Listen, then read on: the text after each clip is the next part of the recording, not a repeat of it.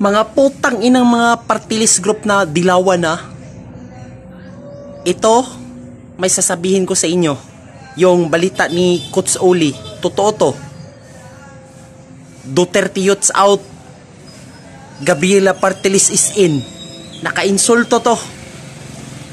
Alam mo, George Erwin Garcia ng Kumilik Chairman, wala kang silbi. Kakampi ka ba sa mga dilawan, no? Matitigas ka. Wala kang silbi. Sana mag-resign ka na. Wala akong pakialam sa inyo. Pwede ba? Manahimik ka na lang dyan? Ano ka? Tatakutin nyo ko, no?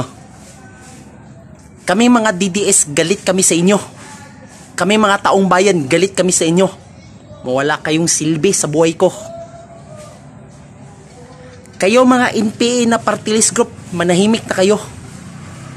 Gusto ko pasukin ng party list ang mga Duterte youth, lalo na mga Duterte party list. Gusto ko baguhin ang Pilipinas. Wag lang mga puro mga abusado kagaya ng mga dilawan na yan. Ano ba sa tingin mo? Comment down below.